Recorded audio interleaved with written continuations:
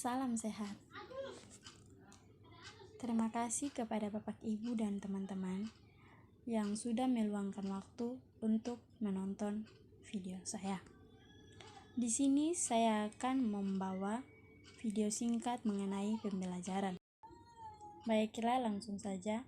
Di sini video pembelajaran yang akan saya bawa yaitu sel eukariotik.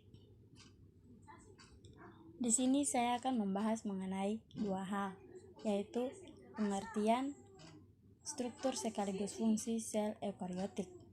Yang pertama yaitu pengertian sel eukariotik. Sel eukariotik adalah sel yang memiliki nukleus atau inti yang terbungkus membran. Yang kedua, struktur dan fungsi sel eukariotik. Struktur sel eukariotik meliputi membran sel, sitoplasma, nukleus, retikulum endoplasma, ribosom, kompleks Golgi, lisosom, badan mikro, mitokondria, kloroplas, sentriol, dan mikrotubulus. Struktur yang pertama pada bagian sel eukariotik yaitu membran sel. Membran sel merupakan batas antara lingkungan luar dengan bagian dalam sel. Fungsi dari membran sel yaitu 1. Membran plasma berfungsi mempertahankan isi sel. 2.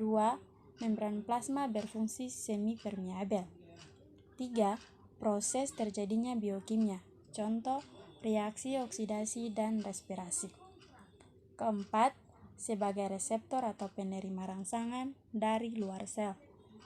Dan yang kelima yaitu mengontrol zat-zat yang boleh masuk maupun keluar meninggalkan sel. Struktur yang kedua pada sel eukariotik yaitu sitoplasma. Sitoplasma adalah bagian pengisi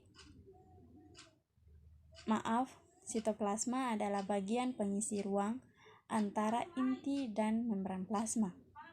Terdiri dari sitosol, sitoskeleton, organel sel, serta substansi simpanan. Fungsi dari sitoplasma yaitu 1. Merupakan tempat terjadinya pembongkaran dan penyusunan zat-zat melalui reaksi-reaksi kimia. 2. Sebagai tempat penyimpanan bahan-bahan kimia yang penting bagi metabolisme sel. Yang ketiga yaitu sitoplasma mengalir di dalam sel untuk menjamin berlangsungnya pertukaran zat agar metabolisme berlangsung dengan baik. Struktur yang ketiga pada sel eukariotik yaitu nukleus. Nukleus adalah otak dari sel, atau nukleus disebut sebagai organel terbesar di dalam sel, sebab disinilah tempat pengendalian segala aktivitas sel. Fungsi-fungsi nukleus yaitu 1. Memuat dan menyimpan informasi genetik, DNA, yang menentukan bagaimana sel akan berfungsi, sebagaimana struktur dasar dari sel. 2. Membuat semua RNA, termasuk RNA ribosomal, transfer, dan messenger. Dan yang ketiga yaitu menyalin DNA sel utama melalui pembelahan sel. Struktur yang keempat pada sel eukariotik yaitu retikulum endoplasma. Retikulum endoplasma adalah bagian yang berbentuk seperti jala yang berpusat pada endoplasma atau sitoplasma bagian dalam. Fungsi retikulum endoplasma yaitu 1. Pada retikulum endoplasma kasar dan retikulum endoplasma halus berfungsi untuk mensintesis lemak dan kolesterol, transportasi molekul-molekul dari bagian sel yang satu ke bagian sel yang lain. 2. Menampung protein yang dihasilkan oleh ribosom untuk disalurkan pada kompleks Golgi dan berakhir pada sel. 3. Transportasi molekul-molekul dari bagian yang satu ke bagian yang lain. Yang keempat, menetralkan ralun atau detoksifikasi. retikulum endoplasma dalam sel HT. Struktur yang kelima pada sel eukariotik yaitu ribosom. Ribosom tersusun atas RNA ribosom atau RNAR dan protein. Ribosom berfungsi sebagai menyintesis protein, sedangkan ribosom sendiri disintesis oleh nukleus. Struktur yang keenam pada sel eukariotik yaitu kompleks Golgi. Kompleks Golgi yang juga disebut badan Golgi atau aparatus Golgi adalah salah satu komponen sel yang berukuran besar dan terletak di dekat retikulum endoplasma. Fungsi dari kompleks Golgi yaitu 1. Pusat pengolah untuk material yang kemudian dikemas dan distribusikan pada organela-organela atau diekspor dari sel dalam satu vesikel yang diambil dari ujung-ujung membran Golgi membentuk glikoprotein untuk dibawa keluar sel. 2. Membentuk membran plasma. 3. Membentuk kantong sekresi sebagai pembungkus zat yang akan dikeluarkan sel. Dan yang keempat, membentuk akrosom pada sperma kuning telur pada sel telur dan lisosom.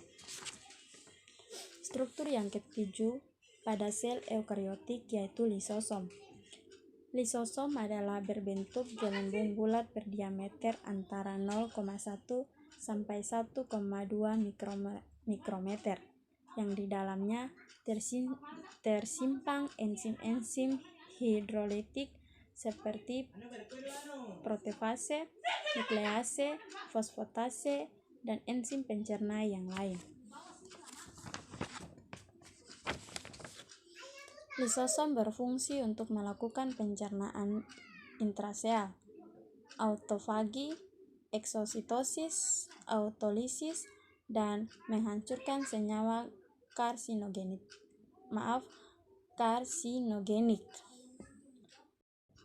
Struktur yang kedelapan pada bagian sel eukariotik yaitu badan mikro. Badan mikro hampir dekat lisosom, membentuk agak bulat, diselubungi membran tunggal, dan di dalamnya berisi enzim katalase dan oksidase.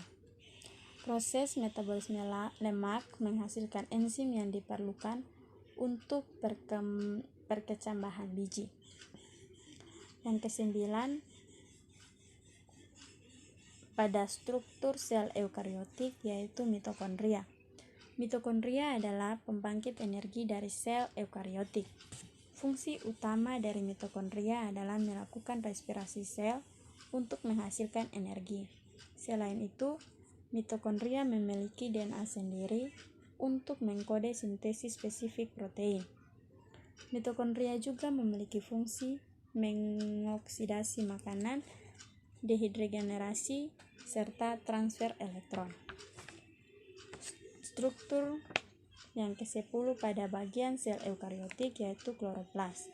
Kloroplas hanya terdapat pada sel tumbuhan dan kloroplas membangun membran ganda dan kloroplas berfungsi sebagai tempat berlangsungnya fotosintesis.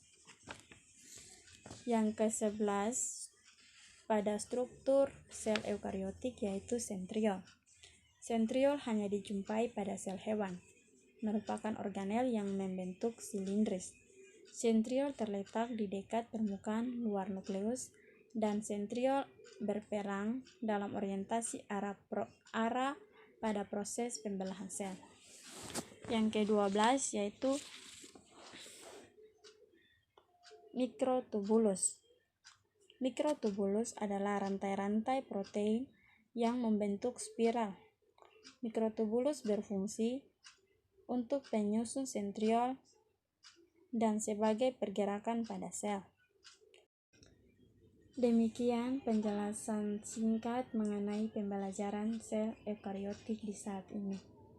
Semoga dapat bermanfaat bagi kita semua yang menontonnya.